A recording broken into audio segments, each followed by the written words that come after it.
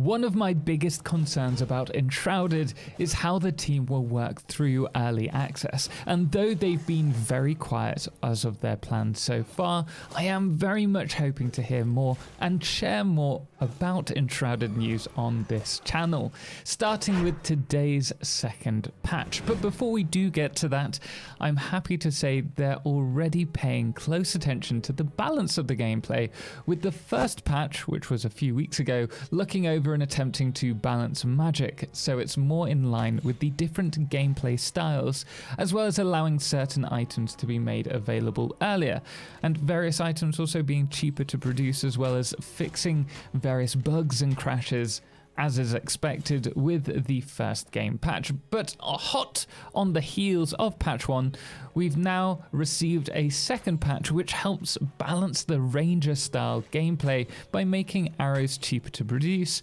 reducing the cost of twigs needed, whilst also increasing the yield of twigs grown from bushes, as well as the yield of feathers from their sources, making it much more time efficient to produce better arrows, whether you're hunting vultures or those weird chickens. I'm going to call them chickens, unless there's a better word for them, let me know in the comments below. But this is buffing up ranger builds, making them a much more viable option to play compared to the likes of the devastating one-shot magic and unkillable paladin builds that we've seen online. Though I do feel the later game arrows, such as explosive tipped arrows, could still do with having a little look over, because personally they take a lot of work compared to everything else in the game. Now, it is nice to see this buff coming to ammo production, but I do still feel there needs to be a lot of work on balancing the different build types, and regardless of ammunition, I still feel the ranger build is the hardest to run with, as characters are just so dependent on stamina, even with a high level build, and can easily be killed with 1 or 2 hits from something like the fell sickle scythes.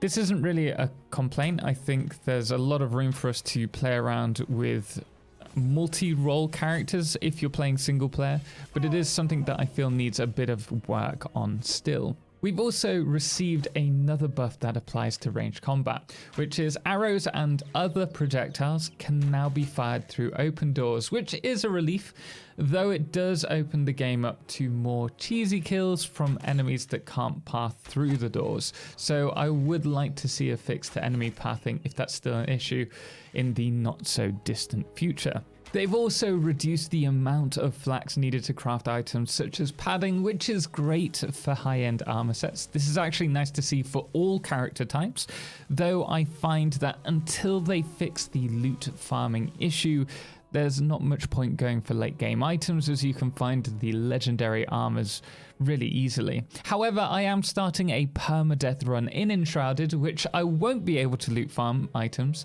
So if you are wanting to see me struggle, make sure to subscribe to my content. The way that I'm avoiding loot farming is actually by running the game on a dedicated server. This means that I can't just jump in and out of the game to spawn items in chests, as they won't immediately respawn. Speaking of which, if you are looking at setting up your own dedicated server on Enshrouded or any other game, do check out low.ms. We're partnered with them and I've had no issues running my games through them. And if you use my code Totalxclipse at checkout, you'll get 20% off your first month, whilst also supporting the Enshrouded content that I produce on here. The link to that is in the description below. Other changes include a fix to finding weapons that had incorrect item levels, as well as an increase to stamina cost for the jump attack. Water aura no longer heals when the character is dead, and they've also reduced the amount of resources required to craft decorative books, which makes it much more easier to produce. But I'd love to see an option to produce the books using wood, or allow us to make old books from paper. Otherwise, what's the point in allowing us to produce paper? That way I don't have to explore every single house for the pages that I want. Now, castle walls have the same maximum stack size of 5,000 as other build pieces, and the construction hammer no longer allows you to break the unbreakable materials like the bedrock at the bottom of the map.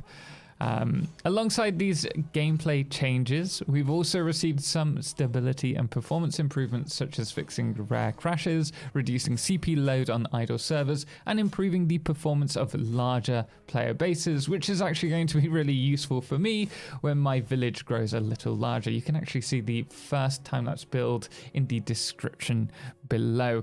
We also have some changes to the game world with a redistribution of enemies in various areas for improving balancing, and the enemies should also have the correct levels for the regions that they're now found in.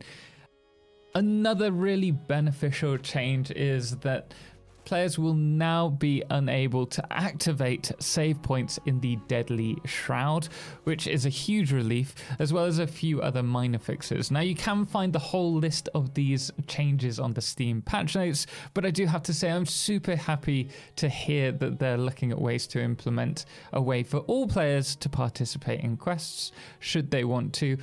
And also knowing that chests in multiplayer runs have the chance to offer bonus loot, and that the enemies will also scale with the group size is fantastic, as it makes the group setting more appealing. And I think that's probably the best way to enjoy this game, and it is definitely enticing me to maybe open up a dedicated server for our community as well. So I'll be keeping an eye on that for the future. But with Enshrouded now reaching a player base of 2 million, I am super excited with where the future development of this game will go. So you can expect more videos covering Enshrouded news in the coming months.